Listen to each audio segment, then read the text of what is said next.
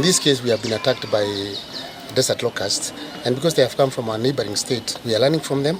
They have not been in Kenya for a long time, but the pesticides we put out for use are registered in those countries. They are registered in Kenya, and as the minister has said, pesticides are different because some are slow acting, others are fast acting. What we've done last night, we transported 6,000 liters of a fast acting pesticide called phenylphthalion. Is the one we have used this morning. We have already witnessed kill.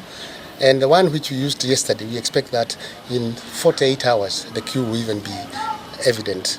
So we are not in short supply of pesticides. We are continually saying that the pesticides we are using are environmentally safe.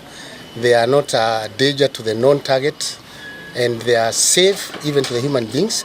But like with any other pesticide, we ask people to stay away from a sprayed area for at least 3 hours, so that you don't, even for yourself when you spray your kitchen garden, you don't stay there. You go away and give. That's what we call post-harvest in horticulture. Similarly, when we are using pesticides in locust control, we ask people to be protected, use protective clothing when you are doing ground control. If you come to our aerial spraying, we are also arming our people with protective clothing.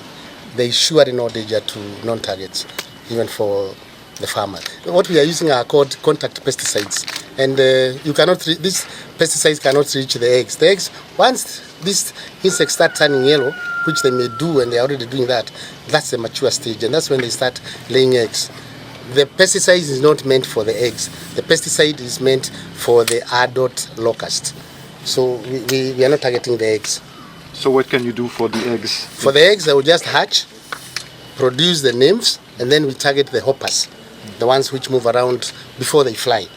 That will be a very good target for us, because now that we are aware there are going to be eggs laying, we'll target the hoppers, and to be very successful. Meaning that the process of spraying will continue for some time? The process of spraying will continue, as the minister has said, and we are prepared in the next 3-4, however long it takes. This is an innovation, we must work on it and finish it. We have now enough supplies of the quick-acting chemicals, and this morning we did sprayed on the swamps that are here in Isiolo and Samburu, specifically Kipsing, Naibei, Shaba, and an opportunity to fly there after the spraying at Shaba especially, and I've seen the swamps. I've seen some dead, others can't even fly above the ground. So there is impact because these chemicals are acting very fast. Some of the planes I see you spraying, one has just come from Naibei to spray additional, to just do additional spraying.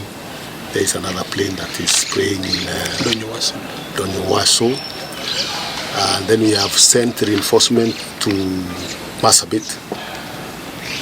Some of the chemicals are going by road and fuel, and then 2 planes will be loaded in the evening to fly straight to Marsabit in the morning to start spraying those swamps that are in Marsabit. In Garissa and Mandera also, those teams that are there and the planes are also doing a good job. So we think we are in total control now. We don't see much danger in terms of those swamps crossing into the farming areas, because we have demobilized most of them there, and we will continue. There is one plane that will remain here permanently that will continue responding, because you never know, there could still be swamps coming. Reconnaissance is going on, teams on the ground are still monitoring. So we have enough capacity now to contain the situation and continue dealing with it for the next, for long term, until this season of locust is gone. Yes. I am not a technical person in terms of understanding the chemistry. These people do the mixing.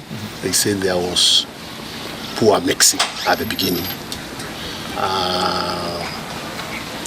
Then I'm told also that the chemicals are different types. Some of them are instant acting, others are long acting, take 48 hours. So when you spray, you think they'll be dead. No, because it acts on the need for some time. So like the pictures you got from Wajir of dead locusts, is those that had been sprayed a few days earlier. So that's the information we have. But now we are saying we have enough quantities of the quick-acting chemicals that we are using right now. We think about a long-term planning for a situation like this. And already we are putting in resources to train more teams, even in other counties. In fact, we have said we want to train 11 more counties. And of course, we will make sure to have contingency of chemicals available, the good ones. And we want to draw a program and a plan such that any time we have an emergency of this kind, we are able to respond properly before the situation becomes difficult the way it became.